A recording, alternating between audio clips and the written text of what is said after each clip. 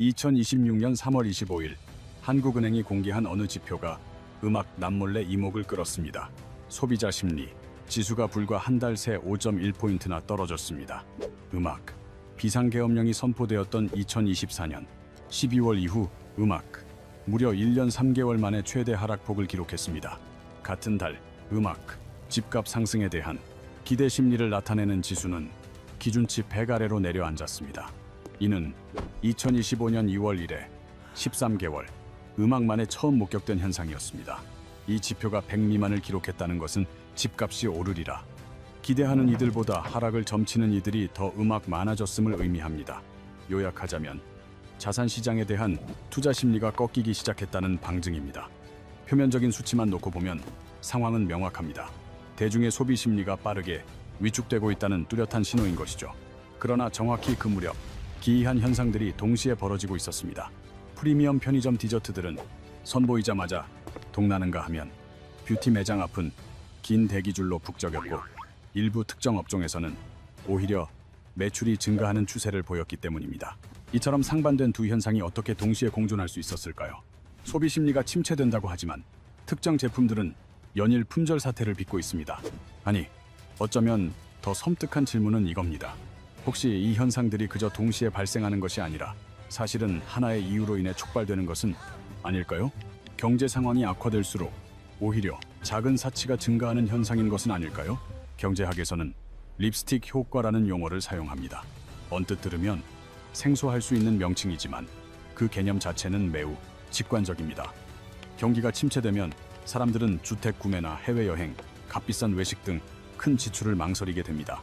그러나 그렇다고 해서 일상 속의 소소한 행복마저 완전히 포기하는 것은 아닙니다. 오히려 큰 지출을 포기함으로써 생긴 공허함을 채우고자 가격은 고작 몇천 원에서 몇만 원에 불과하지만 그로부터 얻는 위안과 만족감은 지불한 가격을 훨씬 상회하는 가치를 제공합니다. 이러한 현상이 공식적인 명칭을 얻게 된 것은 2001년이었습니다. 에스티 로더를 세계적인 화장품 기업으로 일궈낸 레너드 로더라는 인물이 있었습니다. 그는 11테러 직후 예상치 못한 통계 수치를 발견하게 됩니다. 미국 전역이 충격과 공포에 휩싸여 있던 그 해가을, 오히려 립스틱 판매량이 11%나 증가하는 현상이 발생했던 것입니다.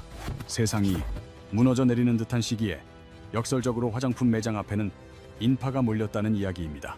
그가 이를 립스틱 지수라 명명하면서 이 현상은 경제학계의 공식 용어로 자리매김하게 됩니다. 사실 이보다 더 오래된 선례도 찾아볼 수 있습니다. 1929년 대공황, 당시 미국의 산업 생산량은 절반 수준으로 급감했습니다. 수많은 공장이 문을 닫았고 일자리는 온데간데 없이 사라졌으며 사람들이 길거리에 나앉는 비극적인 시대였습니다. 그러나 역설적이게도 그 시기 화장품 판매량은 오히려 증가했다는 기록이 여러 곳에서 전해집니다. 경제가 무너지는 속에서도 작은 사치만큼은 살아남았던 거예요. 여기서 잠깐 생각해 볼 게 있습니다. 만일 우리가 그 시대를 살았던 사람이라고 가정해 본다면 어떨까요? 직장을 잃고 주택은 압류될 위기에 처했으며 심지어 내일 끼니조차 걱정해야 하는 상황입니다. 과연 이런 절박한 상황에서 화장품을 구매할 사람이 있을까요? 아니면 구매하지 않을까요? 이성적인 판단으로는 당연히 구매하지 않을 것입니다. 그러나 인간은 결코 이성만으로 세상을 살아가지 않습니다. 무너져 내리는 현실의 한가운데 거울 앞에서 립스틱을 바르는 그 행위는 어쩌면 다음과 같은 침묵의 선언일지도 모릅니다. 나는 아직 괜찮다고, 나는 여전히 건재하다고, 적어도 오늘 하루만은 나 자신을 존중하고 있다고. 바로 그 작은 저항심이 불황기 소비를 움직이는 진정한 심리인 것입니다. 어려운 시기일수록 스스로를 가꾸는 행위는 단순한 허영심이 아닌 일종의 자기보호 본능이었던 셈입니다. 그리고 이러한 현상은 역사 속에서 꾸준히 반복되어 왔습니다. 가령 1997년 IMF 외환위기, 2008년 금융위기와 코로나19 팬데믹 이후에도 화장품과 소규모 사치품 시장은 경기 침체기에도 불구하고 꾸준히 그 위세를 유지했으며 어떤 시기에는 오히려 반등세를 보이기도 했습니다. 이제는 경제학자들조차 이러한 현상이 단순한 우연이 아님을 인정하고 있는 실정입니다. 그리고 지금 2026년에도 이와 같은 현상이 다시금 수면 위로 떠오르고 있습니다. 한국의 한 뷰티 데이터 분석 플랫폼 통계에 따르면 최근 립 틴트 관련 제품 판매량은 전년 대비 무려 152%나 폭증했으며 립 케어 및 립밤 관련 제품은 113% 증가한 것으로 나타났습니다. 즉, 색조 화장품 시장이 전반적으로 활기를 되찾고 있는 셈입니다. 스킨케어와 메이크업 기능을 한데 아우른 하이브리드 제품들 또한 모든 카테고리에서 확산되는 양상을 보입니다. 편의점 관련 통계는 더욱 흥미로운 시사점을 던져줍니다. 오픈서치에서 공개한 2016 편의점 트렌드 리포트에 의하면 편의점 월평균 방문 빈도는 2022년 월평균 10.7회에서 2026년 8.5회로 감소했으며 방문 횟수는 줄어들었습니다. 사람들이 예전처럼 자주 찾지 않게 된 것이죠. 하지만 한 번 방문할 때마다 쓰는 돈은 매년 꾸준히 증가했습니다. 즉, 방문 빈도는 낮아졌어도 한 번 올 때마다 지출하는 금액이 늘어나는 방식으로 바뀐 겁니다. 경제학에서는 이를 객단가 상승이라고 칭합니다. 방문 횟수가 줄어들더라도 개인이 한 번에 쓰는 돈이 늘어나면 전체 매출은 오히려 유지되거나 더 늘어날 수 있기 때문이죠. 그리고 이 지출의 핵심에는 프리미엄 디저트가 있었습니다. 2025년 초 카다이프와 피스타치오가 들어간 두바이 초콜릿이 편의점에서 큰 유행을 탔습니다. 카다이프는 중동풍의 가늘고 바삭한 식감을 가진 반죽으로 처음에는 다소 낯선 명칭이었지만 SNS를 통해 입소문이 퍼지면서 순식간에 품절 사태를 빚었습니다. 편의점 업계는 경쟁적으로 유사 제품을 선보였고 수건 케이크라는 다소 낯선 이름의 디저트도 출시 나흘 만에 완판 기록을 세웠습니다. 수건 케이크는 얇은 크레이프 반죽 안에 크림을 채워 접어놓은 모양이 꼭 접힌 수건 같다고 해서 붙여진 이름입니다. 개당 3,000원 내외의 가격에도 불구하고 나오는 족족 매진 행렬을 이어갔죠. 이는 단순한 유행으로 보일 수도 있습니다. 하지만 이러한 유행의 기저에는 몇 가지 공통점이 존재합니다. 가격은 그리 부담스럽지 않으면서도 SNS에 자랑스럽게 올릴 수 있을 만큼 뛰어난 비주얼을 갖추고 마지막으로 맛보는 순간 즉각적인 만족감을 선사한다는 점입니다. 이 세 가지가 맞아떨어지는 제품들이 지금 이 시대에 가장 잘 팔리고 있습니다. 디저트 전문점으로 시야를 넓혀보더라도 이러한 흐름은 마찬가지입니다.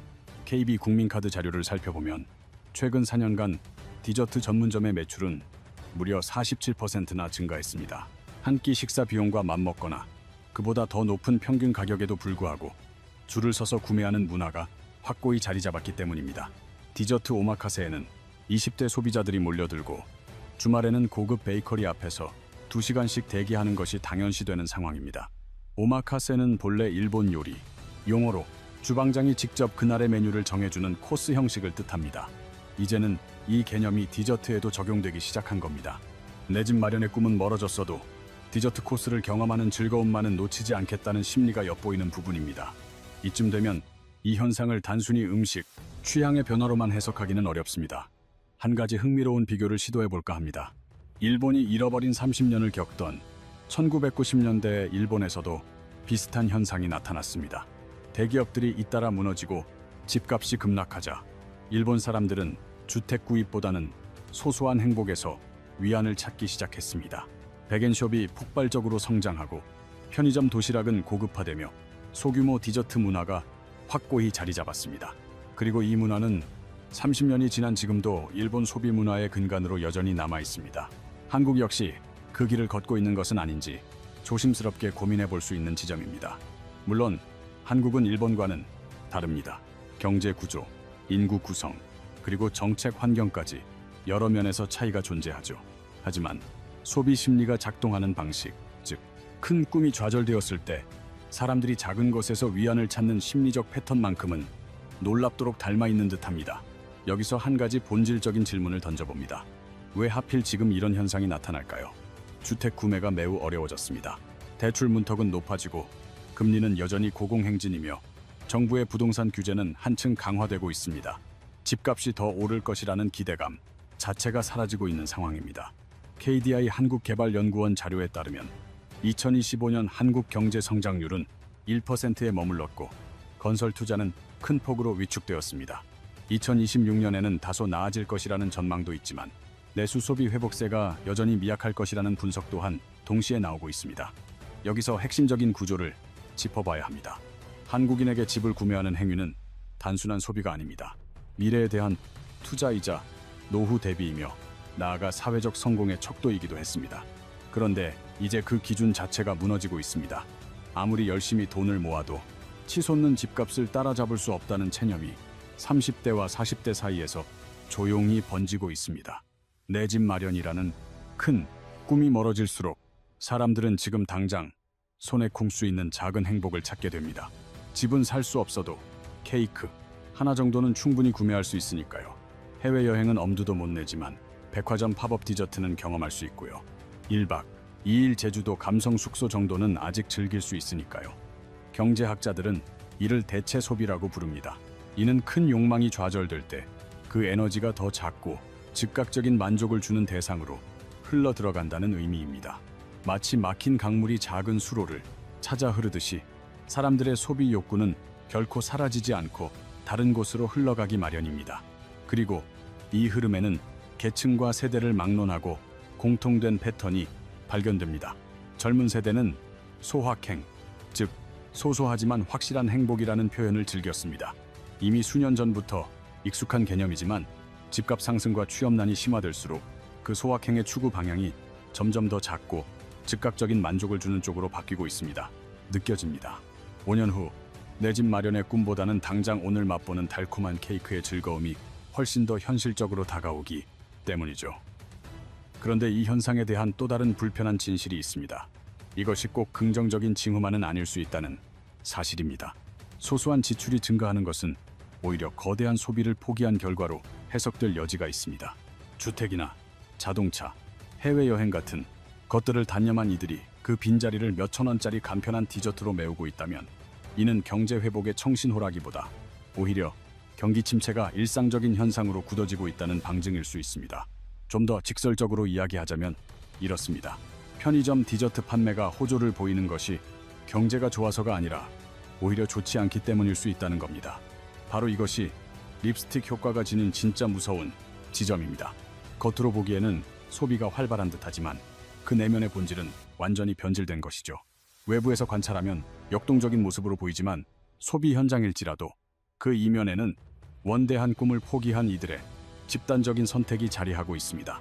실제로 소비 양극화라는 현상 역시 동시에 목격되고 있습니다. 어떤 면에서는 수백만 원을 호가하는 명품 가방이 꾸준히 팔려나가는 반면 다른 한편에서는 편의점의 990원짜리 삼각김밥이 사상 최대 판매량을 경신하고 있습니다. 실제로 CU의 경우 1영원 미만 상품 매출이 작년 대비 29.8%나 성장하며 최근 3년간 가장 높은 수치를 기록했습니다. 이는 극심한 절약과 동시에 최상급 프리미엄 소비가 동시에 커지는 기이한 구조를 보여줍니다. 즉, 중간층이 소멸하고 있는 것이죠. 이것이 바로 소비 양극화 현상입니다. 어떤 이는 세상 끝까지 명품을 찾아다니는 한편 다른 이는 990원짜리 삼각김밥으로 끼니를 때우며 3,000원짜리 수건 케이크를 구매하는 것이 바로 우리 시대 소비의 양면성을 보여주는 단면입니다. 여기서 한 가지 더 깊이 생각해볼 지점이 있습니다. 바로 이 현상이 지닌 양면성입니다. 립스틱 효과는 특정 관점에서 보면 사람들의 회복 탄력성을 나타내기도 합니다. 아무리 상황이 어려울지라도 즐거움을 찾아내고 스스로를 돌보며 사소한 것에서 행복을 창조하는 능력 말입니다. 만약 이러한 능력이 부재했다면 경기, 침체는 단순한 경제적 위기를 넘어 사회 전체의 붕괴로 치달았을 수도 있습니다. 대공황 시기, 화장품을 구매했던 이들은 어쩌면 그 작은 행동 하나로 자신의 일상을 겨우 지탱하고 있었던 것일지도 모릅니다. 그러나 동시에 이러한 회복 탄력성이 구조적인 문제들을 은폐하는 역할을 할 수도 있다는 점을 간과해서는 안 됩니다. 사람들이 소소한 사치로 버텨내고 있다는 현실이 더 근본적인 문제들이 해결되지 않아도 괜찮다는 착각을 불러일으킬 수 있기 때문입니다. 사회 전반적인 관점에서 보면 소비 활동이 계속 유지되는 것처럼 보일 수 있지만 그 소비의 방향성과 내면이 변화했다는 것은 분명 누군가는 읽어내야 할 중요한 신호입니다. 현재 어떤 상품들이 변화의 흐름 속에서 판매되고 있으며 또 어떤 것들이 더 이상 팔리지 않게 되었는지 면밀히 살펴보는 것이 진정한 경제 이해의 시발점이 될지도 모릅니다. 그렇다면 투자 측면에서 이러한 현상을 어떻게 분석할 수 있을까요? 립스틱 효과가 주기적으로 관찰되는 산업 분야들이 존재합니다. 우선 색조 화장품과 스킨케어 제품들을 들 수 있습니다. 불황의 시기마다 뷰티 시장은 고가의 명품, 화장품보다는 중저가 색조 제품에서 특히 두각을 나타냅니다. 고가의 사치품은 포기하지만 자신의 외모를 가꾸는 본질적인 행위만큼은 포기하지 않으려는 심리가 작용하기 때문이죠.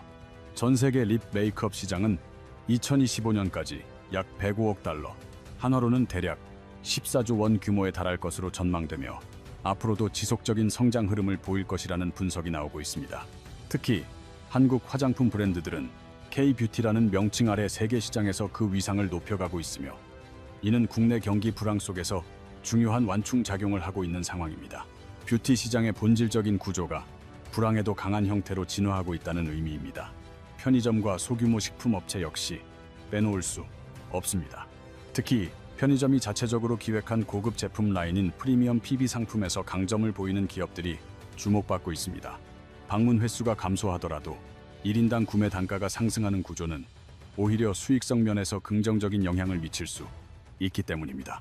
여기에 더해 짚고 넘어가야 할 점은 2026년 현재 편의점들이 단순히 간식 구매처의 역할을 넘어 생활 밀착형 플랫폼으로 발전하고 있다는 사실입니다.